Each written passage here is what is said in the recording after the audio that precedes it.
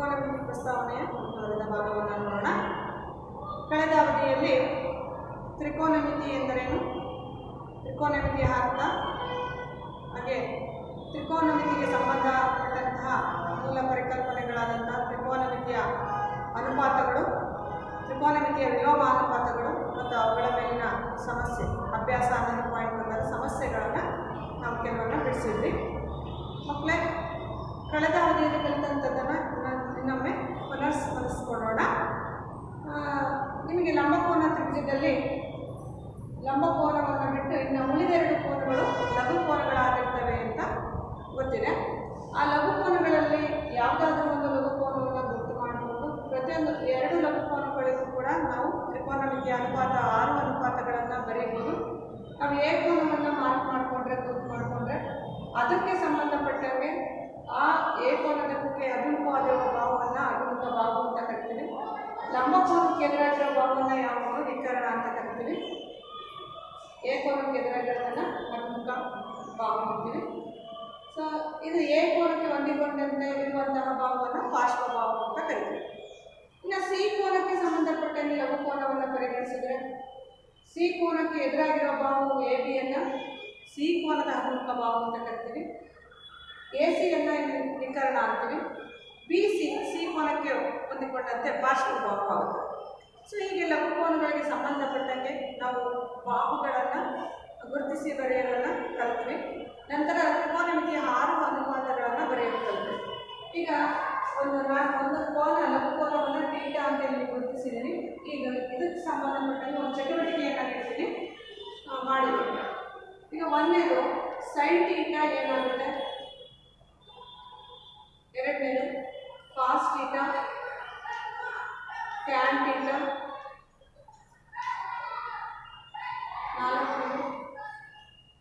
ನಾಲ್ಕನೇದು cosecant theta, secant theta, cot theta. ಈ 6 ತ್ರಿಕೋನಮಿತಿಯ ಅನುಪಾತಗಳನ್ನು ಈ ಥೀಟಾಕ್ಕೆ ಸಂಬಂಧಪಟ್ಟಂಗೆ ಬರೀರಿ. ಸೊ ಸೈನು, ಕಾಸು, ಟ್ಯಾನು ಇವು ಯಾವೇ ಆಗಿರಲಿ ಆ ಕೋನಕ್ಕೆ ಸಂಬಂಧಪಟ್ಟಂಗೆ 2 ಬಾಹುಗಳ ಅನುಪಾತಗಳಿಂದ ಸೂಚಿಸಿ ಬರಿತೀವಿ ಅಂತ ನಿಮಗೆ ಗೊತ್ತಿದೆ. ಸೈನ್ ಥೀಟಾ ಅಂತಂದರೆ ಯಾವ ಬಾಹು ಥೀಟಾಕ್ಕೆ ಎದುರಾಗಿರುವಂತಹ ಅಭಿಮುಖ ಬಾಹು ಡಿವೈಡೆಡ್ ಬೈ ವಿಕರ್ಣ ಅಂತ ಗೊತ್ತಿದೆ. ಕಾಸ್ ಥೀಟಾ ಅಂದರೆ ಥೀಟಾಕ್ಕೆ ಪಾರ್ಶ್ವ ಬಾಹು ಯಾವುದಿರುತ್ತೋ ಅದು ಬೈ ವಿಕರ್ಣ, ಪಾರ್ಶ್ವ ಬೈ ವಿಕರ್ಣ. ಟ್ಯಾನ್ ಥೀಟಾ ಅಂದರೆ ಅಭಿಮುಖ ಡಿವೈಡೆಡ್ ಬೈ ಪಾರ್ಶ್ವ. ಕೊಸಿಕೆಂಟ್ ಅಂದರೆ ಸೈನ್ನ ವಿಲೋಮ ಅಂತ ಗೊತ್ತಿದೆ. ಹಾಗಾಗಿ ವಿಕರ್ಣ ಮೇಲೆ ಬರುತ್ತೆ, ಅಭಿಮುಖ ಕೆಳಗೆ ಬರುತ್ತೆ. ಅಂದರೆ ವಿಕರ್ಣ ಮತ್ತು ಅಭಿಮುಖ ಭಾವಗಳ ಅನುಪಾತವಾಗಿರುತ್ತದೆ ಕೊಸಿಕೆಂಟ್ ಥೀಟಾ. ಕಾಸ್ ಥೀಟಾದ ವಿಲೋಮ ಸಿಕೆಂಟ್ ಥೀಟಾ ಆಗಿರೋದ್ರಿಂದ ಪಾರ್ಶ್ವ ಬೈ ವಿಕರ್ಣ ಕಾಸ್ ಆಗಿದೆ. ಹಾಗಾಗಿ ಸಿಕೆಂಟ್ ಏನಾಗುತ್ತೆ, ವಿಕರ್ಣ ಬೈ ಪಾರ್ಶ್ವ ಭಾವವಾಗುತ್ತದೆ. ಹಾಗೆ ಟ್ಯಾನ್ಗೆ ವಿಲೋಮ ಕಾಟ್ ಆಗಿರೋದ್ರಿಂದ ಅಭಿಮುಖ ಬೈ ಪಾರ್ಶ್ವ ಇರೋದ್ರಿಂದ ಪಾರ್ಶ್ವ ಬೈ ಅಭಿಮುಖ ಆಗುತ್ತೆ. ಸೊ ಈಗ ಇಲ್ಲಿ ಥೀಟಾ ಅಂತ ನಾವು ಇದನ್ನು ಗುರುತಿಸ್ಕೊಂಡಿರೋದ್ರಿಂದ ಥೀಟಾಕ್ಕೆ ಎದುರಾಗಿರೋ ಬಾಹು ಯಾವುದಲ್ಲಿ ಎ ಬಿ ಆಗುತ್ತೆ ಅಭಿಮುಖ. ನೆಕ್ಸ್ಟ್ ಲಂಬಕೋನಕ್ಕೆ ಎದುರಾಗಿರೋ ಬಾಹು ವಿಕರ್ಣ ಎ ಸಿ ಆಗುತ್ತೆ. ಇನ್ನು ಬಿ ಸಿ ಅನ್ನೋದು ಪಾರ್ಶ್ವ ಬಾಹು.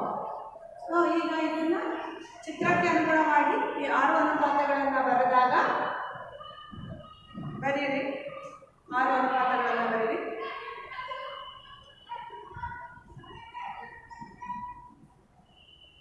ಬರೀತಾ ಇದ್ದೀರಾ ಅನ್ಕೊತೀನಿ. ಈಗ ನನ್ನ ಜೊತೆಯಲ್ಲಿ ನೋಡ್ಕೊಳ್ಳಿ.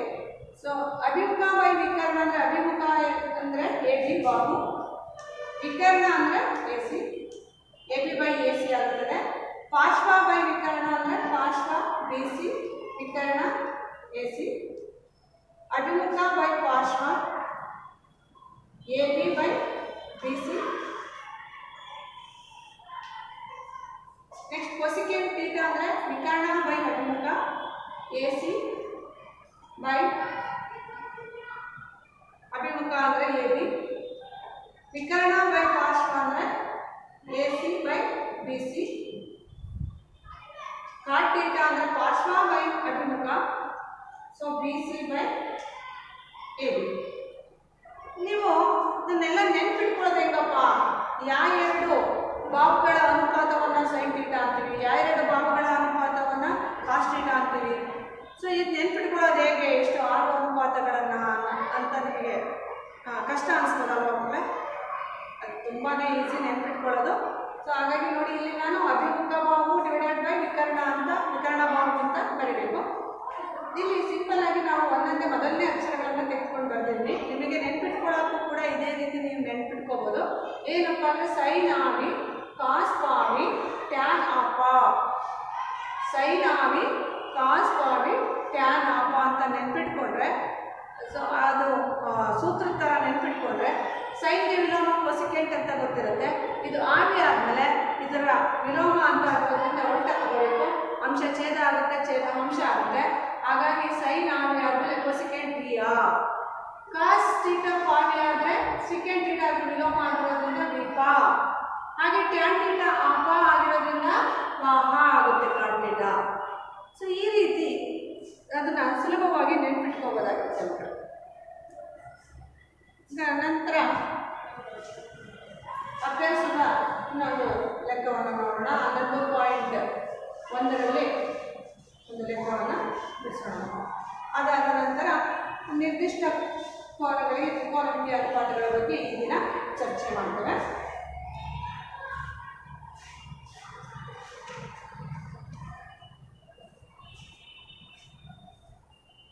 ಅಭ್ಯಾಸ 11.1ರಲ್ಲಿ 5ನೇ ಲೆಕ್ಕ ನೋಡ್ಕೊಳ್ಳಿ. 5ನೇ ಲೆಕ್ಕ ಸೀಕೆಂಟ್ ಥೀಟಾ ಈಕ್ವಲ್ಸ್ 13/12 ಆದರೆ 13/12 ಆದರೆ ಉಳಿದ ತ್ರಿಕೋನಮಿತಿ ಅನುಪಾತಗಳನ್ನು ಬರೆಯಿರಿ. ಉಳಿದ ತ್ರಿಕೋನಮಿತಿ ಅನುಪಾತಗಳನ್ನು ಬರೆಯಿರಿ.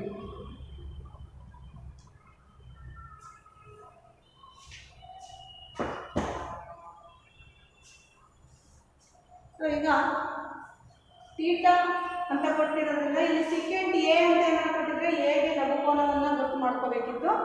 ಸಿಕೆಂಟ್ ಸಿ ಅಂತ ಕೊಟ್ಟಿದ್ರೆ ಸಿಗೆ ಮಾರ್ಕ್ ಮಾಡ್ಕೋಬೇಕಿತ್ತು. ಅದು ಇಲ್ಲಿ ಥೀಟಾ ಅಂತ ಕೊಟ್ಟಿರೋದ್ರಿಂದ ನಾವು ಒಂದು ಚಿತ್ರವನ್ನು ಹಾಕ್ಕೊಂಡು ಲಂಬಕೋನ ತ್ರಿಭುಜದ ಚಿತ್ರವನ್ನು ಹಾಕ್ಕೊಂಡು ಲಂಬಕೋನವನ್ನು ಹೊರತುಪಡಿಸಿ ಉಳಿದೆರಡು ಲಘುಕೋನಗಳಲ್ಲಿ ಯಾವುದಾದ್ರೂ ಒಂದನ್ನು ಥೀಟಾ ಅಂತ ಗುರ್ತು ಮಾಡ್ಕೋಬೇಕು ಫಸ್ಟು. ನಂತರ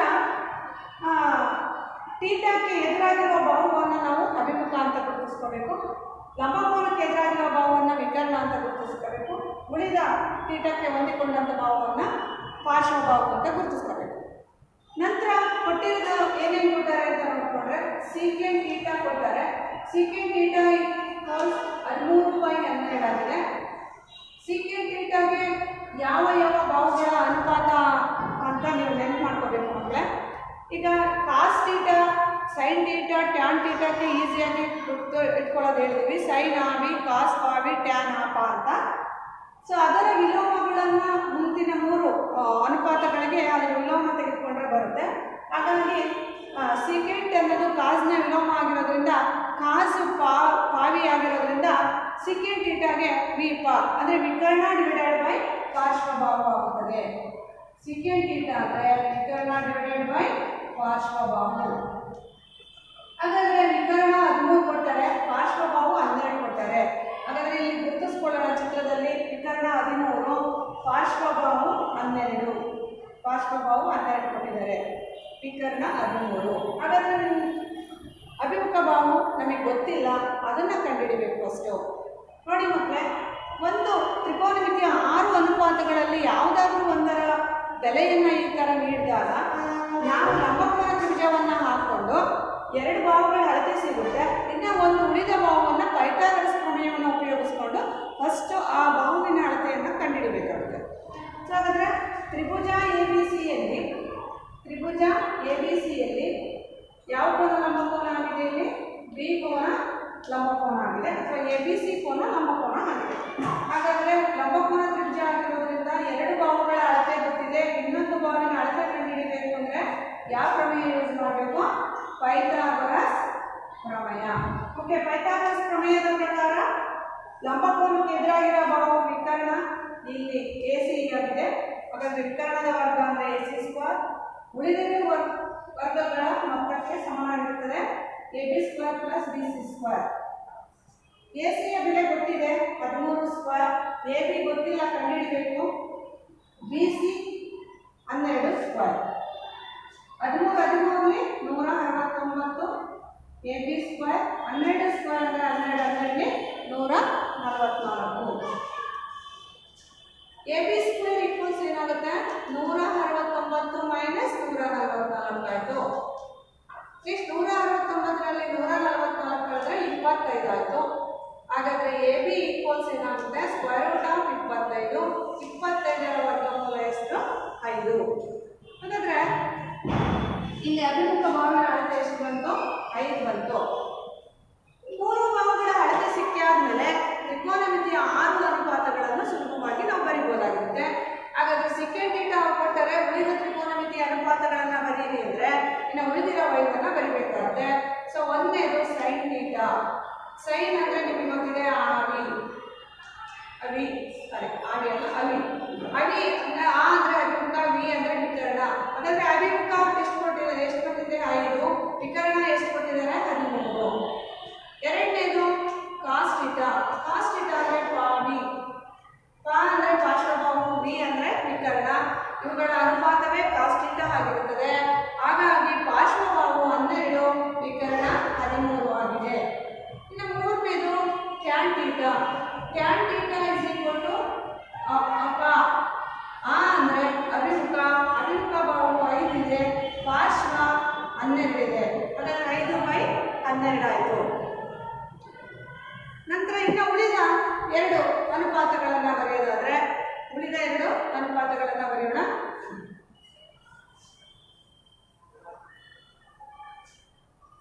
ನಾಲ್ಕನೇದು ಕೊಸಿಕೆಂಟ್ ಥೀಟಾ. ಕೊಸಿಕೆಂಟ್ ಥೀಟಾ ಅಂದರೆ ಸೈನ್ನ ವಿಲೋಮ ಆಗಿದೆ, ಸೈನ್ ಅವಿ ಆಗಿರೋದ್ರಿಂದ ಇದು VR ಅಂದರೆ ವಿ ಅಂದರೆ ವಿಕರ್ಣ / ಅಭಿಮುಖ ಅಂದರೆ. ಹಾಗಾದರೆ ವಿಕರ್ಣ 13 ಇದೆ, ಅಭಿಮುಖ 5 ಇದೆ. ನೆಕ್ಸ್ಟ್ 5ನೇದು ಸೆಕೆಂಡ್ ಥೀಟಾ ಅವರೇ ಕೊಟ್ಟಾರೆ. ಹಾಗಾಗಿ ಉಳಿದಿರೋದು ಯಾವುದು ಕಾಟ್ ಥೀಟಾ. ಕಾಟ್ ಟ್ಯಾನ್ನ ವಿಲೋಮ ಆಗಿರೋದ್ರಿಂದ ಟ್ಯಾನ್ ಅಪ ಆಗಿರೋದ್ರಿಂದ ಇದು ಪಾಹ. ಪಾ ಅಂದರೆ ಪಾರ್ಶ್ವ, ಆ ಅಂದರೆ ಅಭಿಮುಖ, ಪಾರ್ಶ್ವ / ಅಭಿಮುಖ. ಹಾಗಾಗಿ ಪಾರ್ಶ್ವ ಅಂದರೆ 12, ಅಭಿಮುಖ ಅಂದರೆ 5, 12/5 ಆಗುತ್ತದೆ. ಹೀಗೆ ತ್ರಿಕೋನಮಿತಿಯ 6 ಅನುಪಾತಗಳನ್ನು ನಾವು ಬಹಳ ಸುಲಭವಾಗಿ ಬರೀಬಹುದಾಗಿರುತ್ತದೆ. ಅವರು ಒಂದು ಅನುಪಾತವನ್ನು ಕೊಟ್ಟಾಗ ಲಂಬಕೋನ ತ್ರಿಭುಜವನ್ನು ಚಿತ್ರ ಹಾಕ್ಕೊಂಡು ಕೊಟ್ಟಿರೋ ಬೆಲೆಗಳನ್ನು ಗುರುತಿಸಿಕೊಂಡು ಇನ್ನೊಂದು ಭಾವವನ್ನು ಪೈಥಾಗರಸ್ ಪ್ರಮೇಯವನ್ನು ಉಪಯೋಗಿಸಿ ಕಂಡುಹಿಡಿದು ನಂತರ ತ್ರಿಕೋನಮಿತಿಯ ಉಳಿದ ಎಲ್ಲ ಅನುಪಾತಗಳನ್ನು ಈ ರೀತಿ ಬರೀಬಹುದಾಗಿರುತ್ತೆ. ಅಭ್ಯಾಸದ ಮತ್ತೊಂದು ಲೆಕ್ಕವನ್ನು ನೋಡೋಣ. ತ್ರಿಭುಜ ABCಯಲ್ಲಿ ಬಿ ಕೋನ 90 ಡಿಗ್ರಿ, ಟ್ಯಾನ್ A ಈಕ್ವಲ್ಸ್ 1/√3 ಆದರೆ sine A cos C plus cos A sine C ಬೆಲೆಯನ್ನು ಕಂಡುಹಿಡಿಯಿರಿ. ಇಲ್ಲಿ ಒಂದು ತ್ರಿಭುಜದ ಚಿತ್ರವನ್ನು ಹಾಕಬೇಕು.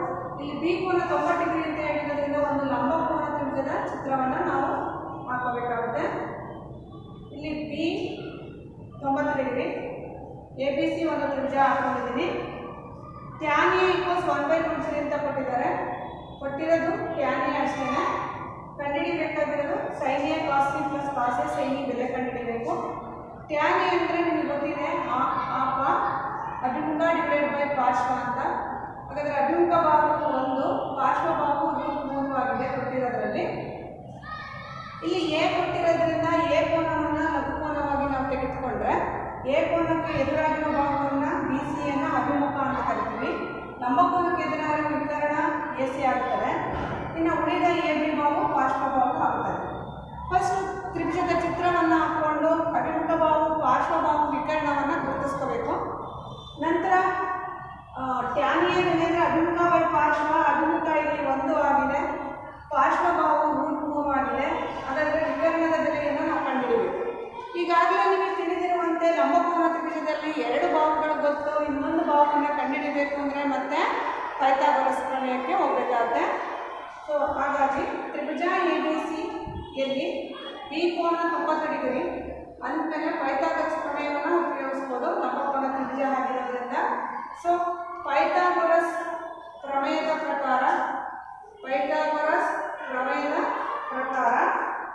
AC square is equal to AB square plus BC square. AC square ಕಂಡುಹಿಡಿಯಬೇಕು. AB ಸ್ಕ್ವೇರ್ ಅಂದರೆ ರೂಟ್ ಸ್ಕ್ವೇರ್, BC ಸ್ಕ್ವೇರ್ ಅಂದರೆ ಒಂದು ಸ್ಕ್ವೇರ್. ಸೊ ಸ್ಕ್ವೇರ್ ರೂಟ್ ಹೋಯ್ತು 3 ಆಯಿತು. 1 ಸ್ಕ್ವೇರ್ ಅಂದರೆ 1, 3 1 4. ಹಾಗಾದರೆ AC ಇಸ್ ಈಕ್ವಲ್ ಟು ಏನಾಯಿತು? ಸ್ಕ್ವೇರ್ ರೂಟ್ ಆಫ್ 4, 4ರ ವರ್ಗಮೂಲ 2. ಹಾಗಾದರೆ ವಿಕರ್ಣ ಎಷ್ಟು ಬಂತು? ಇಲ್ಲಿ 2 ಬಂತು. ಬೆಲೆ ವಿಕರ್ಣ 2 ಬಂತು.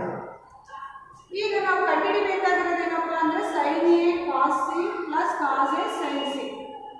ಈಗ ಕಂಡುಹಿಡಿಬೇಕಾಗಿರೋದೇನು ಅಂತ ಬರ್ಕೊಳ್ಳೋಣ. sin A cos C plus cos A sin C. ನೀವಿಲ್ಲಿ ಎ ಕೋನನ ಲಘುಕೋನವಾಗಿ ತೆಗೆದುಕೊಂಡು ಒಂದ್ಸರಿ ಬರ್ಕೋಬೇಕಾಗುತ್ತೆ, ಅಭಿಮುಖ ಪಾರ್ಶ್ವ ವಿಕರ್ಣವನ್ನು ಗುರುತಿಸಿಕೊಂಡು. ಹಾಗೆ ಸಿ ಕೋನವನ್ನು ಕೂಡ ಕಾಸ್ ಸಿ ಸೈನ್ ಸಿ ಕೊಟ್ಟಿರೋದ್ರಿಂದ ಸಿ ಕೋನವನ್ನು ಗುರುತು ಮಾಡಿಕೊಂಡು ಲಘುಕೋನವಾಗಿ ಅದಕ್ಕೆ ಅಭಿಮುಖ ಬಾಹು ಪಾರ್ಶ್ವ ಬಾಹು ವಿಕರ್ಣವನ್ನು ಗುರುತಿಸ್ಕೋಬೇಕಾಗುತ್ತೆ. ಸೊ ಅದಕ್ಕೆ ಸೈನ್ ಎ ಅಂದರೆ ಎ ಕೋನಕ್ಕೆ ಅಭಿಮುಖ ಬಾಹು ಡಿವೈಡೆಡ್ ಬೈ ವಿಕರ್ಣ.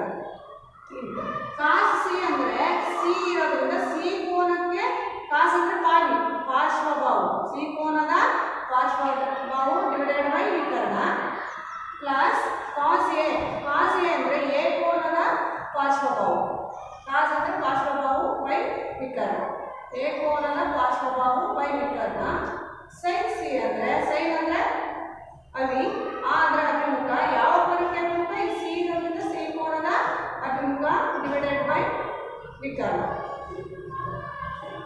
ಸೊ ಈಗ ಎ ಕೋನಕ್ಕೆ ಅಭಿಮುಖ ಬಾಹು ಯಾವುದಿದೆ ನೋಡಿ. ಎ ಕೋನಕ್ಕೆ ಅಭಿಮುಖ ಬಾಹು ಇಲ್ಲಿ 1 ಆನ್ಸರ್, ಅಥವಾ ಬಿ ಸಿ ಅಂತ ಬರ್ಕೋಬೋದು. ಒಂದು ಸ್ಟೆಪ್ ಬರ್ಕೊಳ್ಳೋದು ಇಲ್ಲಂದ್ರೆ ಹಾಗೆ ಡೈರೆಕ್ಟಾಗಿ ಆದೇಶಿಸೋಣ. ಎ ಕೋನದ ಅಭಿಮುಖ ಬಾಹು 1, ವಿಕರ್ಣ ಇಲ್ಲಿ 2 ಆಗಿದೆ. ಇಂಟು ಸಿ ಕೋನಕ್ಕೆ ಪಾರ್ಶ್ವಬಾಹು ಯಾವುದಾಗಿದೆ ನೋಡಿ. ಸಿ ಕೋನಕ್ಕೆ ಪಾರ್ಶ್ವಬಾಹು ಬಿ ಸಿ ಆಗಿದೆ. ಸೊ ಬಿ ಸಿ 1, ವಿಕರ್ಣ ಅಂದರೆ 2. ಎ ಕೋನಕ್ಕೆ ಪಾರ್ಶ್ವಬಾಹು ಯಾವುದಾಗುತ್ತೆ? ರೂಟ್ 3 ಆಗಿದೆ, ವಿಕರ್ಣ 2. ಸಿ ಕೋನಕ್ಕೆ ಅಭಿಮುಖ ಬಾಹು ಎ ಬಿ ಆಗುತ್ತದೆ. ಎ ಬಿ ಬೆಲೆ ಎಷ್ಟು? ರೂಟ್ 3/2. ಸುಲಭೀಕರಿಸಿದ್ರೆ 1 1 1 2 4, ಇಲ್ಲಿ ರೂಟ್ 3 ಇಂಟು ರೂಟ್ 3 ಗುಣಿಸಿದ್ರೆ ರೂಟ್ 9 ಆಯಿತು. 9ರ ವರ್ಗಮೂಲ 3, ಇದು 2 4. ಸೊ ಹಾಗಾದರೆ 4ನೇ 3 ಪ್ಲಸ್ 4ನೇ 1 ಕೂಡಿದ್ರೆ ಎಷ್ಟು ಬಂತು? Answer 3/4 plus 1/4 ಬಂದಾಯಿತು. ಹಾಗಾದರೆ sin A cos C plus cos A sin C ಯ ಬೆಲೆ ಎಷ್ಟಾದರೆ 1. ಸೊ ಈ ರೀತಿ ನಾವು ಒಂದು ತ್ರಿಕೋನಮಿತಿಯ ಅನುಪಾತವನ್ನು ಕೊಟ್ಟಾಗ ಅದಕ್ಕೆ ಸಂಬಂಧಪಟ್ಟಂಗೆ ಈಗ ಉಳಿದ ಎಲ್ಲ ಅನುಪಾತಗಳನ್ನು ಬರ್ಕೊಂಡು ಅವರು ಏನು ಕೇಳಿದಾರೋ ಅದರ ಬೆಲೆಗಳನ್ನು ನಾವು ಕಂಡುಹಿಡಿಯಬಹುದಾಗಿರುತ್ತದೆ. ಇದುವರೆಗೂ ತ್ರಿಕೋನಮಿತಿಯ ಅನುಪಾತಗಳು ಮತ್ತು ವಿಲೋಮ ಅನುಪಾತಗಳ ಸಂಬಂಧವನ್ನು ಉಪಯೋಗಿಸಿಕೊಂಡು ಸಮಸ್ಯೆಗಳನ್ನು ನಡೆಸಿದ್ದೀವಿ. ಈಗ ಇನ್ನೊಂದು ಪರಿಕಲ್ಪನೆ.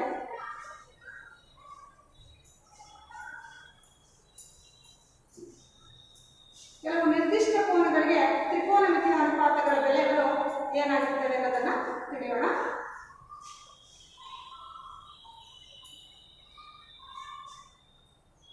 ಕೆಲವು ನಿರ್ದಿಷ್ಟ ಕೋನಗಳಿಗೆ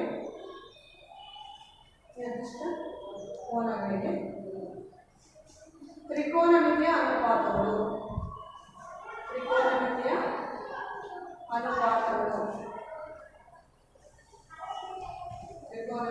ಅನುಪಾತಗಳು ಸೊ ಅದರಲ್ಲೂ especially 0 degree, 30 degree, 45 degree, 60 degree ಮತ್ತು 90 ಡಿಗ್ರಿ, ಈ 5 ನಿರ್ದಿಷ್ಟ ಕೋನಗಳಿಗೆ 6 ತ್ರಿಕೋನಮಿತಿಯ ಅನುಪಾತಗಳ ಬೆಲೆಗಳು ಯಾವ ರೀತಿ ಬರ್ತವೆ ಅನ್ನೋದನ್ನು ನಾವಿಲ್ಲಿ ತಿಳ್ಕೊತೀವಿ. ಅದಕ್ಕೆ ಸಂಬಂಧಿಸಿದಂಥ ಸಮಸ್ಯೆಗಳನ್ನು ಬಿಡಿಸ್ತೇವೆ. ಈಗ ಈ ಕೆಲವು ನಿರ್ದಿಷ್ಟ ಕೋನಗಳಲ್ಲಿ ಏನು ತಗೊಂಡಿದ್ದೀವೋ ಈ ಕೋನಗಳಿಗೆ ಸಂಬಂಧಪಟ್ಟಂತಹ ಕೋನಗಳ ತ್ರಿಕೋನಮಿತಿಯ ಅನುಪಾತಗಳು ಈ ರೀತಿ ಬರ್ತಾವೆ. ಸೊ ಈಗ ನೋಡಿ, ಇಲ್ಲಿ sine theta, cos theta, tan theta, secant theta, cot theta, cosecant theta 6 ತ್ರಿಕೋನಮಿತಿಯ ಅನುಪಾತಗಳಿಗೆ ಯಾವ್ಯಾವ ನಿರ್ದಿಷ್ಟ ಕೋನಗಳಿಗೆ ಏನೇನು ಬೆಲೆಯನ್ನು ಹೊಂದಿರುತ್ತದೆ ಅಂತ ಈ ಕೋಷ್ಟಕದಲ್ಲಿ ಇಲ್ಲಿ ಬರೆದಿದ್ದೇವೆ. ಗಮನಿಸಿ ಮಕ್ಕಳೇ. ಈಗ ಸೈನ್ ಟೀಟಾಕ್ಕೆ ಸಂಬಂಧಪಟ್ಟಂಗೆ ನೋಡೋದಾದರೆ ಸೈನ್ 0 = 0 ಆಗುತ್ತದೆ ಬೆಲೆ. ಸೈನ್ 30 ಡಿಗ್ರಿಯ ಬೆಲೆ 1/2 ಆಗುತ್ತದೆ. ಸೈನ್ 45 ಬೆಲೆ 1/√2 ಆಗುತ್ತದೆ. ಸೈನ್ 60 ಬೆಲೆ √3/2 ಆಗುತ್ತದೆ. ಸೈನ್ 90 ಬೆಲೆ 1 ಆಗುತ್ತದೆ. ಅದೇ ರೀತಿ ಕಾಸ್ ಟೀಟಾದ ಕಾಸ್ 0 ಬೆಲೆ 1, ಕಾಸ್ 30 ಬೆಲೆ √3/2, ಕಾಸ್ 45 ಬೆಲೆ 1/√2, ಕಾಸ್ 60 ಬೆಲೆ 1/2, ಕಾಸ್ 90 ಬೆಲೆ 0. ಅದೇ ಥರ ಉಳಿದ ತ್ರಿಕೋನಮಿತಿಯ ಅನುಪಾತಗಳನ್ನು ಇಲ್ಲಿ ಬರೆದಿದ್ದೇವೆ ಮಕ್ಕಳೇ. ಸೊ ಇಲ್ಲಿ ND ಅಂದರೆ ನಾಟ್ ಡಿಫೈನ್ಡ್ ಅಂತ, ನಿರ್ದಿಷ್ಟವಾಗಿ ಆ ಕೋನದ ಬೆಲೆಯನ್ನು ವ್ಯಕ್ತಪಡಿಸೋಕ್ಕಾಗಲ್ಲ ಅಂತ ಅರ್ಥ ಮಕ್ಕಳೇ. ಸೊ ಇದನ್ನು ಯಾವ ರೀತಿ ಕೋಷ್ಟಕದಲ್ಲಿ ಬರೆಯೋದು, ನೆನ್ಪಿಟ್ಕೊಳ್ಳೋದು ಅಂತ ನೋಡೋಣ. ಈಗ ಸೈನ್ ಬೆಲೆ ಬೇಕು. ಸೈನ್ ಟೀಟಾ ಬೆಲೆ ಸೈನ್ 0 ಡಿಗ್ರಿಗೆ ಸೈನ್ 30, ಸೈನ್ 45, ಸೈನ್ 60, ಸೈನ್ 90 ಬೆಲೆ ಏನಾಗುತ್ತೆ ಅಂತ ಕಂಡುಹಿಡಿಯೋದು ಸುಲಭವಾದ ಒಂದು ವಿಧಾನ ಅಂದರೆ ಇಲ್ಲಿ 0, 1, 2, 3, 4 ಫಸ್ಟ್ ನಂಬರ್ ಹಾಕೊಳ್ಳಿ. ಎಲ್ಲವನ್ನು 4ರಿಂದ ಭಾಗಿಸಿ ಅವಕ್ಕೆ ವರ್ಗಮೂಲ ಕಂಡುಹಿಡಿಯಿರಿ. ನೆಕ್ಸ್ಟ್ ಸ್ಟೆಪ್ಪಲ್ಲಿ ಪ್ರತಿಯೊಂದಕ್ಕೂ ವರ್ಗಮೂಲ ಕಂಡುಹಿಡಿಯಿರಿ. ಸೊ ಇಲ್ಲಿ 0ಗೆ ವರ್ಗಮೂಲ 0, 4ರಿಂದ 0 ಭಾಗಿಸಿ 0ನೇ. ಸೊ 0ಗೆ ವರ್ಗಮೂಲ 0. ನೆಕ್ಸ್ಟು 1ರ ವರ್ಗಮೂಲ 1, 4ರ ವರ್ಗಮೂಲ 2. ಇಲ್ಲಿ 2 1 2, 2 4. ಸೊ 1ರ ವರ್ಗಮೂಲ 1, 2ರ ವರ್ಗಮೂಲ √2 ಆಗುತ್ತೆ. ಇಲ್ಲಿ √3/4ರ ವರ್ಗಮೂಲ 2, 4 ಕ್ಯಾನ್ಸಲ್ ಆಗ್ತದೆ. ಸೊ 1ರ ವರ್ಗಮೂಲ 1. ಮಕ್ಕಳಿಗೆ ನೀವು ಗಮನಿಸ್ಬೋದು ನೋಡಿ, ಇದು ಸೈನ್ ಟೀಟಾದ ನಿರ್ದಿಷ್ಟ ಕೋನಗಳಿಗೆ ಇರುವ ಬೆಲೆಗಳಾಗಿರೋದನ್ನು ನೀವು ಆ ಕೋಷ್ಟಕದಲ್ಲಿ ನೋಡ್ಕೋಬೋದು. ಇಲ್ಲಿ ಸೈನ್ 0 = 0 ನೋಡಿ, ಕೋಷ್ಟಕದಲ್ಲೂ ಕೂಡ ಅದೇ ಇದೆ. Sine 30 = 1/2, sine 30 = 1/2, sine 45 = 1/√2, sine 60 = √3/2, sine 90 = 1.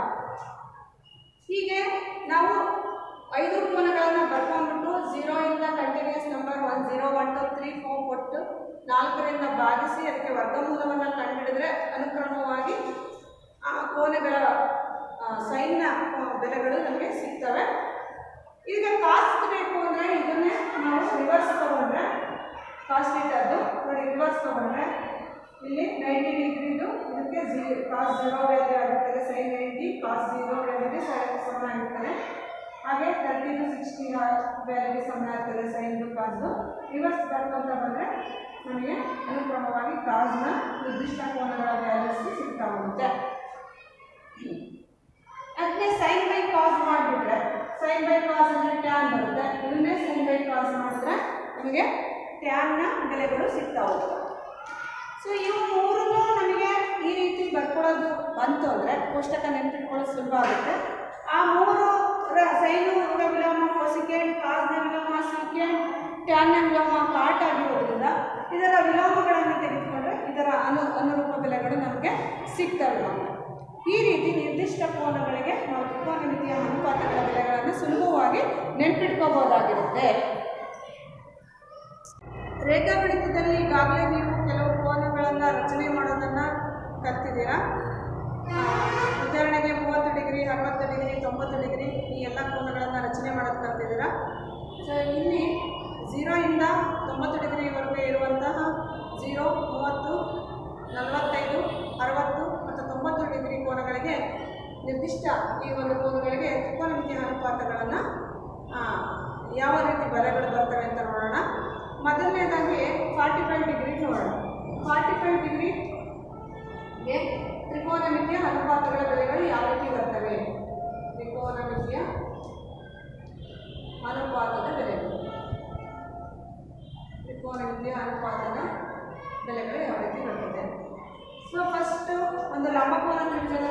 ಚಿತ್ರಗಳನ್ನು ಹಾಕೊಳ್ಳೋಣ.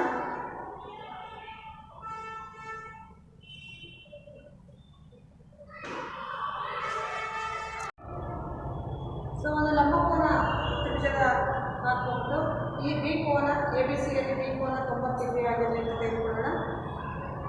45 ಡಿಗ್ರಿ ತ್ರಿಕೋನಮಿತಿ ಅನುಪಾತಗಳನ್ನು ಬರೆಯುತ್ತಿರೋದ್ರಿಂದ ಒಂದು ಲಘು ಕೋನಗಳಲ್ಲಿ ಒಂದು 45 ಡಿಗ್ರಿ ಅಂತ ತೆಗೆದುಕೊಂಡ್ರೆ ಇನ್ನೊಂದು ಕೂಡ 45 ಡಿಗ್ರಿನೇ ಆಗಿರುತ್ತದೆ.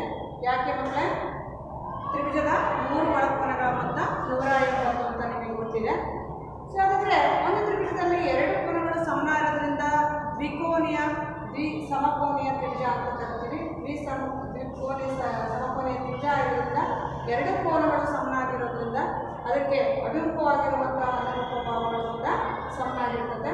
ಸೊ ಹಾಗಾಗಿ B C equals A B ಆಗಿರ್ತದೆ. ಇಲ್ಲಿ A B is equal to B C ಆಗಿರ್ತದೆ.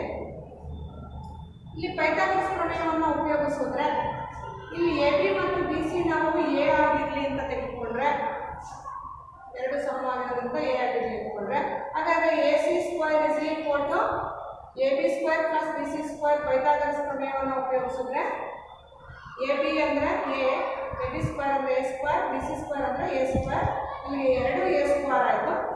So A C is equal to ಏನಾಗುತ್ತೆ? ಸ್ಕ್ವೈರ್ ರೂಟ್ ಆಫ್ 2 ಎ ಆಗುತ್ತೆ, ಅಂದರೆ √2 ಎ ಆಗುತ್ತೆ. ಸೊ ಈಗ ಇದು √2 ಎ ಆಯಿತು. ನಾವೀಗ ಅನುಪಾತಗಳನ್ನು ಬರೆಯೋಣ. 6 ಅನುಪಾತಗಳನ್ನು ಬರೆಯೋಣ. ಏನು ಬರ್ತಿದ್ದೇನೆ ಅಂತ ನೋಡೋಣ. ತ್ರಿಕೋನಮಿತಿಯ 6 ಅನುಪಾತಗಳು.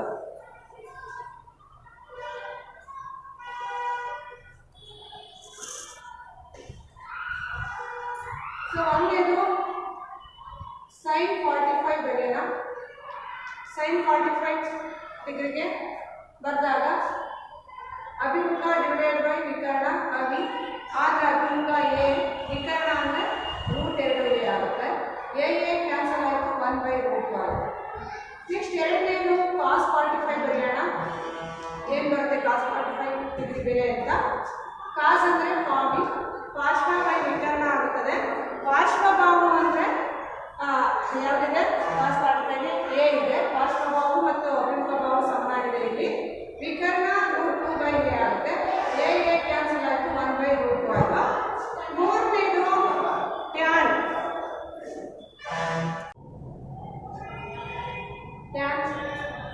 ಮೂರನೇದು ಟ್ಯಾನ್ 45 ಡಿಗ್ರಿ ಕಂಡುಹಿಡಿದ್ರೆ ಆಪ ಅಂದರೆ ಅಭಿಮುಖ, ಪಾ ಅಂದರೆ ಪಾರ್ಶ್ವ. ಅಭಿಮುಖ ಟ್ಯಾನ್ 45ಗೆ ಅಭಿಮುಖ ಯಾವುದು? ಎ. ಪಾರ್ಶ್ವ ಅಂದ್ರೂ ಕೂಡ ಎ ಆಗುತ್ತೆ. ಎ ಕ್ಯಾನ್ಸಲ್ ಆಯಿತು, 1 ಆಯಿತು. ಸೊ ನಿಮಗೆಲ್ಲ ಗೊತ್ತಿದೆ ಸೈನ್ ವಿಲೋಮ ಕೊಸಿಕೆಂಟ್ ಅಂತ ಗೊತ್ತಿದೆ. ಕೊಸಿಕೆಂಟ್ 45 ಡಿಗ್ರಿ ಏನಾಗುತ್ತೆ ಅಂದರೆ 1/√2 ಇರೋದು √2/1 ಆಯಿತು. ನೆಕ್ಸ್ಟ್ ಕಾಸ್ನ ವಿಲೋಮ ಸಿಕೆಂಟ್ ಅಂತ ಗೊತ್ತಿದೆ. ಸಿಕೆಂಟ್ 45 ಡಿಗ್ರಿ ಏನಾಗುತ್ತೆ? 1/√2 ಇರೋದು √2/1 ಆಗುತ್ತೆ. ಟ್ಯಾನ್ನ ವಿಲೋಮ ಕಾಟ್ ಆಗಿರೋದ್ರಿಂದ ಕಾಟ್ 45 ಡಿಗ್ರಿ ಏನಾಗುತ್ತೆ? 1/1 ಅಂತ ಕಾಟ್ 45 ಕೂಡ 1 ಆಗುತ್ತೆ. ಸೊ ನೀವು ಇಲ್ಲಿ ಗಮನಿಸ್ಬೋದು. ಈಗ ಆ ಕೋಷ್ಟಕಕ್ಕೂ ಇದಕ್ಕೂ ಗಮನಿಸಿ ನೀವು ಈ ರೀತಿ ತ್ರಿಕೋನಮಿತಿಯ ಅನುಪಾತಗಳಿಗೆ ನಿರ್ದಿಷ್ಟ ಕೋನಗಳಿಗೆ ನಾವು ಬೆಲೆಗಳನ್ನು ಈ ರೀತಿ ಪಡಿತೇವೆ. ಆ ಕೋಷ್ಟಕದಲ್ಲಿ ಬರೆದಿರೋದಕ್ಕೂ ಇದಕ್ಕೂ ತಾಳೆ ಆಗುತ್ತಾ ಅಂತ ಬೇಗ ಗಮನಿಸಿ. sin 45 ಈಕ್ವಲ್ಸ್ 1/√2 ಬಂದಿದೆ ನೋಡಿ. ಇಲ್ಲಿ ಕೋಷ್ಟಕದಲ್ಲಿ sin 45 1/√2 ಬರೆದಿದ್ದೀವಿ. cos 45 ಕೂಡ 1/√2. Okay. Next tan 45 1. Cosecant 45 degree √2 ಬಂದಿದೆ. √2/1 ಮೀನ್ಸ್ √2 ಆಯಿತು. ಸಿಕೆಂಟ್ 45 ಡಿಗ್ರಿ ಕೂಡ √2. ಕಾಟ್ 45 ಡಿಗ್ರಿ 1. ಕೋಷ್ಟಕಕ್ಕೂ ಇದಕ್ಕೂ ತಾಳೆ ಆಗೋದನ್ನು ನೀವು ಇಲ್ಲಿ ಗಮನಿಸ್ಬೋದಾಗಿರುತ್ತೆ. ಕೋಷ್ಟಕ ಮತ್ತು ಆ ಬೆಲೆಗಳನ್ನು ಗಮನಿಸಿದ್ರೆ ಇಲ್ಲಿ ಕರೆಕ್ಟಾಗಿ ಬಂದಿರೋದನ್ನು ನೀವು ನೋಡ್ಬೋದಾಗಿರುತ್ತೆ ಮಕ್ಕಳೇ. ಈ ರೀತಿ ನಾವು ಬೆಲೆಗಳನ್ನು ಪಡಿತೀವಿ. ಇದು 45 ಡಿಗ್ರಿ ತೋರಿಸಿದ್ವಿ. ಇದೇ ರೀತಿ 30 ಡಿಗ್ರಿ ಮತ್ತು 60 ಡಿಗ್ರಿ 90 ಡಿಗ್ರಿಗಳಿಗೂ ಕೂಡ ನಾವು ಪಡಿಬೋದಾಗುತ್ತೆ. ಸೊ ಈ ನಿರ್ದಿಷ್ಟ ಕೋನಗಳಿಗೆ ಸಂಬಂಧಪಟ್ಟಂತೆ ನಾವು ಕೆಲವು ಲೆಕ್ಕಗಳನ್ನು ನೋಡೋಣ, ಸಮಸ್ಯೆಗಳನ್ನು ಬಿಡಿಸೋಣ.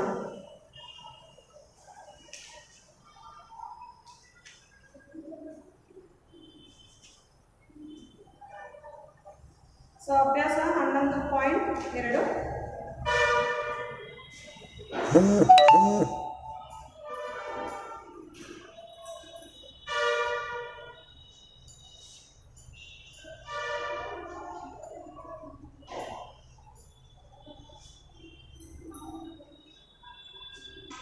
ಅಭ್ಯಾಸ 11.2ರಲ್ಲಿ ಒಂದನೇ ಈ ಕೆಳಗಿನವುಗಳನ್ನು ಕಂಡುಹಿಡಿಯಿರಿ.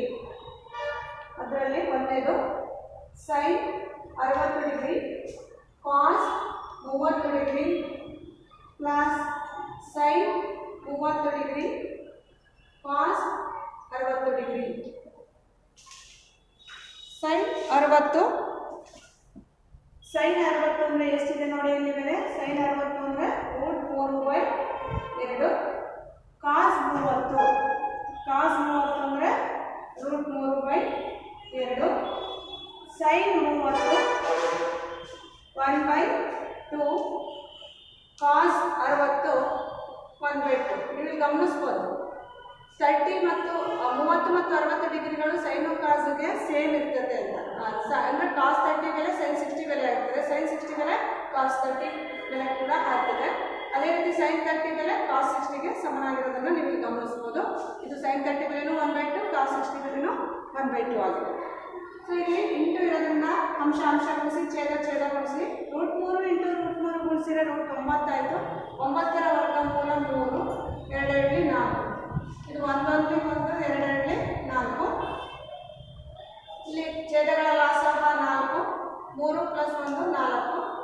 ಹಾಗಾದರೆ ಆನ್ಸರ್ ಎಷ್ಟು ಬಂತು? ಬೆಲೆ 1 ಬಂತು. ಸೊ ಹಾಗಾಗಿ ಸೈನ್ 60 ಕಾಸ್ 60 ಪ್ಲಸ್ ಸೈನ್ 30 × ಕಾಸ್ 60ರ ಬೆಲೆ ಎಷ್ಟು? 1 ಆಗಿದೆ.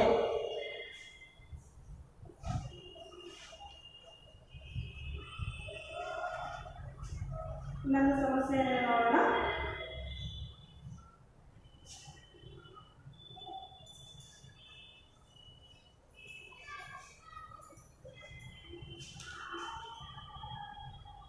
ಎರಡನೇ ಲೆಕ್ಕ ನೋಡೋಣ. 2 tan square 45 degree plus cos square 30 degree minus sin square 60 degree.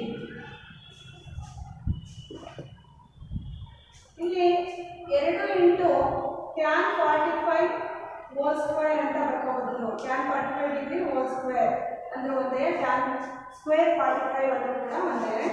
ಇದು cos 30 whole square sin 60 whole square.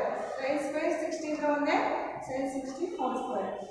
2 × tan 45 ಬೆಲೆ 1, ಬೆಲೆಯನ್ನು ಆದೇಶೋಣ. 1 ಸ್ಕ್ವೇರ್ ಆಯ್ತಂಗೆ. cos 30 ಬೆಲೆ ಎಷ್ಟು? √3/2 ಹೋಲ್ ಸ್ಕ್ವೇರ್. sin 60 ಬೆಲೆ ಎಷ್ಟು? ಅದು ಕೂಡ √3/2 ಹೋಲ್ ಸ್ಕ್ವೇರ್. 2 ಅಂದರೆ 2 ಆಯಿತು. ಇದು ಸ್ಕ್ವೇರ್ √2 ಆಯಿತು 3. 2 ಸ್ಕ್ವೇರ್ ಅಂದರೆ 4, 3/4 ಆಯಿತು. ಇದು ಕೂಡ 3/4 ಆಯಿತು. ಪ್ಲಸ್ 3/4 ಮೈನಸ್ 3/4 ಕ್ಯಾನ್ಸಲ್ ಆಯಿತು. ಬೆಲೆ ಎಷ್ಟು ಬಂತು? ಹಾಗಾದರೆ ಇದು 2 ಬಂತು. ಈಗ ನೀವು ಕೋಷ್ಟಕ ಇಲ್ಲೇನ ಇದೆ, ಇಲ್ಲಿ ನೋಡ್ಕೊಂಡ್ಬಿಟ್ಟು ನಾವು ಅದ್ರ ಬೆಲೆ tan 45 cos 30 sin 30 sin 60 ಈ ಬೆಲೆಗಳನ್ನು ಕೋಷ್ಟಕದಲ್ಲಿ ನೋಡ್ಕೊಂಡು ತುಂಬ್ತೀವಿ. ನೆನ್ಪಿಟ್ಕೊಳ್ಳೋದು ಹೇಗೆ? ಕೋಷ್ಟಕ ಎಕ್ಸಾಮಲ್ಲೆಲ್ಲ ಇರಲ್ಲಲ್ವಾ, ನೆನ್ಪಿಟ್ಕೊಳ್ಳೋದು ಹೇಗೆ ಇದನ್ನು? ಸೊ ಅವಾಗಲೇ ನಾನು ನಿಮಗೆ ಸ್ಟಾರ್ಟಿಂಗ್ ಮೆಥಡ್ ಹೇಳಿದೆ. ಏನಪ್ಪ ಅಂದರೆ 0, 30, 45, 60, 90 ಈ 5 ಕೋನಗಳ ಬೆಲೆಗಳನ್ನು ಬರ್ಕೊಂಡು ಅದ್ರ ಕೆಳಗಡೆ 0ಇಂದ ಸ್ಟಾರ್ಟ್ ಮಾಡಿಕೊಂಡು 0, 1, 2, 3, 4 ಬರೆದು ಅದನ್ನು 4ರಿಂದ ಭಾಗಿಸಿ ವರ್ಗಮೂಲವನ್ನು ತೆಗೆದುಕೊಂಡ್ರೆ ಸೈನ್ನ ಅನುಕ್ರಮ ಬೆಲೆಗಳು ಸಿಗ್ತದೆ. ನೆಕ್ಸ್ಟ್ ಸೈನಿಂದು ಅದನ್ನೇ ರಿವರ್ಸ್ ತೊಗೊಂಡು ಬಂದು ಬರೆದ್ರೆ ಕಾಸ್ ಬೆಲೆ ಸಿಗುತ್ತೆ. ಸೈನ್ ಬೈ ಕಾಸ್ ಮಾಡಿದರೆ ಟ್ಯಾನ್ನ ಅನುರೂಪ ಸಂಬಂಧಪಟ್ಟಂಥ ಬೆಲೆಗಳು ಸಿಗ್ತವೆ ನಿರ್ದಿಷ್ಟ ಕೋನಗಳಿಗೆ. ಇದು ಒಂದು ವಿಧಾನ. ಆದರೆ ಇನ್ನೊಂದು ವಿಧಾನ ಏನಪ್ಪ ಅಂದರೆ ಇಲ್ಲಿ ನೀವು ಕೈಯಲ್ಲೇ ಎಣಿಸ್ಕೋಬೋದು. ಅಂದರೆ 5 ಕೋನಗಳಿರೋದ್ರಿಂದ 5 ಬೆರಳುಗಳಿಗೆ ಒಂದೊಂದು ಕೋನವನ್ನು ನಾವಿಲ್ಲಿ ನಿಗದಿಪಡಿಸ್ಕೊಂಡ್ರೆ ಇದು 0, ಇದು 30, ಇದು 45, ಇದು 60, ಇದು 90 ಅಂದ್ಕೊಂಡ್ರೆ ಈಗ ನನಗೆ ಸೈನ್ 0 ಬೇಕು ಅಂದ್ಕೊಳ್ಳಿ. ಇಲ್ಲಿ 5 ಇದೆ, ಇಲ್ಲಿ ಕೆಳಗಡೆ ಡಿವೈಡೆಡ್ ಬೈ 4 ಇದೆ ಅಂದ್ಕೊಳ್ಳಿ. ಡಿವೈಡೆಡ್ ಬೈ 4 ಈಗ ಸೈನ್ 0 ಬೇಕು ಅಂದ್ಕೊಳ್ಳಿ. 0 ಈ ಕಡೆಗೆ ಸೈನ್ ಅಂತಂದಾಗ ನಾವು ಯಾವುದನ್ನ ತಗೊತೀವೋ ಆ ಕೋನದ ಹಿಂದ್ಗಡೆ ಎಷ್ಟು ಬೆರಳಿರ್ತಾವೋ ಅದನ್ನು ಅಂಶದಲ್ಲಿ ಬರ್ಕೋಬೇಕು. ಛೇದದಲ್ಲಿ 4 ಬರ್ಕೊಂಡು ಅದನ್ನು ವರ್ಗಮೂಲ ತೆಗೆದುಕೊಂಡ್ರೆ ಅದರ ಬೆಲೆ ನಮಗೆ ಸಿಗುತ್ತೆ. ಹಾಗಾಗಿ ಇಲ್ಲಿ ಸೈನ್ 0 ಬೇಕು ಅಂದರೆ ಈ ಬೆರಳು ಮಡ್ಚ್ಕೋಬೇಕು. ಇದರ ಹಿಂಭಾಗ ಯಾವುದೇ ಬೆರಳಿಲ್ಲ, ಹಾಗಾದ್ರೆ ಅಂಶದಲ್ಲಿ 0 ಬರ್ಕೋಬೇಕು. ಅಲ್ಲಿಗೆ 0/4 ಕೆಳಗಡೆ ಡಿವೈಡೆಡ್ ಬೈ ಇಲ್ಲಿ 4 ಇರುತ್ತೆ ಕೈ ಕೆಳಗಡೆ. ಇದಕ್ಕೆ ವರ್ಗಮೂಲವನ್ನು ತೆಗೆದುಕೊಂಡ್ರೆ 0. ಹಾಗಾದರೆ ಸೈನ್ 0 ಬೆಲೆ 0. ಈಗ ಸೈನ್ 45 ಬೇಕು ಅಂದ್ಕೊಳ್ಳಿ. 0, 30, 45 ಈ ಬೆರಳನ್ನು ಮಡ್ಚಬೇಕಾಗುತ್ತೆ. ಬೆರಳು ಮಡ್ಚಿರೋದು ಹಿಂದ್ಗಡೆಗೆ ಎಷ್ಟು ಉಳಿದಿದವೋ ಆ ಬೆರಳುಗಳ ಸಂಖ್ಯೆಯನ್ನು ಅಂಶದಲ್ಲಿ ಬರ್ಕೋಬೇಕು. ಅಲ್ಲಿ 1, 2, 2 ಉಳಿದಿದೆ. ಹಾಗಾದರೆ 2 ಡಿವೈಡೆಡ್ ಬೈ ಇಲ್ಲಿ ಎಷ್ಟಿರುತ್ತೆ 4 ಇರುತ್ತೆ ಅಂದ್ವಿ. ಸೊ 2ರಿಂದ 2 1 2 2 4 1/2 ಉಳಿತು. ಅದಕ್ಕೆ ವರ್ಗಮೂಲವನ್ನು ತೆಗೆದುಕೊಂಡ್ರೆ 1/√2 ಆಯಿತು. ನೋಡಿ ಇಲ್ಲಿ ಸೈನ್ 45 = 1/√2. ಅದೇ ರೀತಿ ಸೈನ್ 90 ಬೇಕು ಅಂದರೆ 0, 30, 45, 60, 90 ಈ ಬೆರಳನ್ನು ಮಡ್ಚ್ಕೋತೀವಿ. ಆವಾಗ 4 ಉಳಿತು. ಅಂಶದಲ್ಲಿ ಉಳಿದಿರೋ ಬೆರಳು 4 ಬರ್ಕೋಬೇಕು. ಡಿವೈಡೆಡ್ ಬೈ 4 ಇಲ್ಲಿ ಕಾಮನ್ ಇರುತ್ತದೆ. 4 ಹೋದರೆ 1 ಬಂತು. 1ರ ವರ್ಗಮೂಲ 1. ಸೊ ಸೈನ್ 90 = 1 ಅಂತ ನಾವು ತೆಗೆದುಕೊಳ್ತೀವಿ. ಹಾಗೆ ಕಾಸ್ಟ್ ಬೇಕು ವ್ಯಾಲ್ಯೂಸು ಅಂತಂದರೆ ಅಲ್ಲೂ ಅವಾಗಲೂ ಕೂಡ ಸೈನ್ ಮತ್ತು ಕಾಸಿಗೆ ನೀವು ಕೈಯಲ್ಲೇ ಕೂಡ ಈ ರೀತಿ ಜ್ಞಾಪಕ ಇಟ್ಕೊಂಡು ಎಕ್ಸಾಮಲ್ಲಿ ಹೆಲ್ಪ್ ಆಗುತ್ತೆ. ಈ ಥರ ನೀವು ಪ್ರಾಕ್ಟೀಸ್ ಮಾಡ್ಬೋದು. ಕಾಸ್ ಬೇಕು ಅಂದರೆ ಈಗ ಉದಾಹರಣೆ ಕಾಸ್ 30 ಬೇಕು ಅಂದರೆ ಇಲ್ಲಿ 0, 30, 45, 60, 90 ಇದು ಫಿಕ್ಸ್ ಬೆರಳುಗಳಿಗೆ. ಈಗ ನೀವು 30 ಬೆರಳು ಮಡ್ಚ್ಕೊಂಡ್ರೆ ಅಂದರೆ ಕಾಸ್ 30 ಬೇಕು ಅಂದ್ಕೊಳ್ಳಿ. ಕಾಸ್ ಅಂದಾಗ ಆ ಬೆರಳು ಮಡ್ಚ್ಕೊಂಡಿರ್ತೀವಲ್ಲ ಅದ್ರ ಮುಂದಿನ ಬೆರಳುಗಳು ಎಷ್ಟು ಉಳಿದಾವೆ ಅಂತ ಎಣಿಸ್ಕೊಂಡು ಅಂಶಕ್ಕೆ ಬರಬೇಕು. ಸೈನ್ 30 ಬೇಕು ಅಂದರೆ ಅದು ಮುಂದಿಂದ ಎಷ್ಟು ಉಳಿದಾವೆ ಅಂತ ನೋಡಿಕೊಂಡು ಮೇಲ್ಗಡೆ ಅಂಶದಲ್ಲಿ ಬರ್ಕೋಬೇಕು. ಇನ್ನು ಉಳಿದಿದ್ದೆಲ್ಲ ಕಾಮನ್.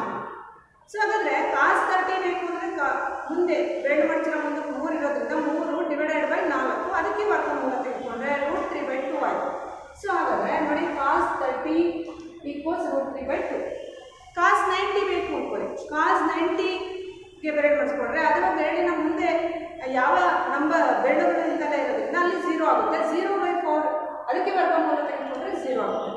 ಈ ರೀತಿ ನಾವು ನಿರ್ದಿಷ್ಟ ಕೋನಗಳನ್ನು ನೆನಪಿಟ್ಕೊಳ್ಳೋಕ್ಕೆ ಸೈನ್ ಮತ್ತು ಕಾಸ್ದು ನಾವು ಕೈಯಲ್ಲೇ ಸುಲಭವಾಗಿ ಮಾಡ್ಕೋಬೋದಾಗಿರುತ್ತೆ ಮಕ್ಕಳು. ಧನ್ಯವಾದಗಳು.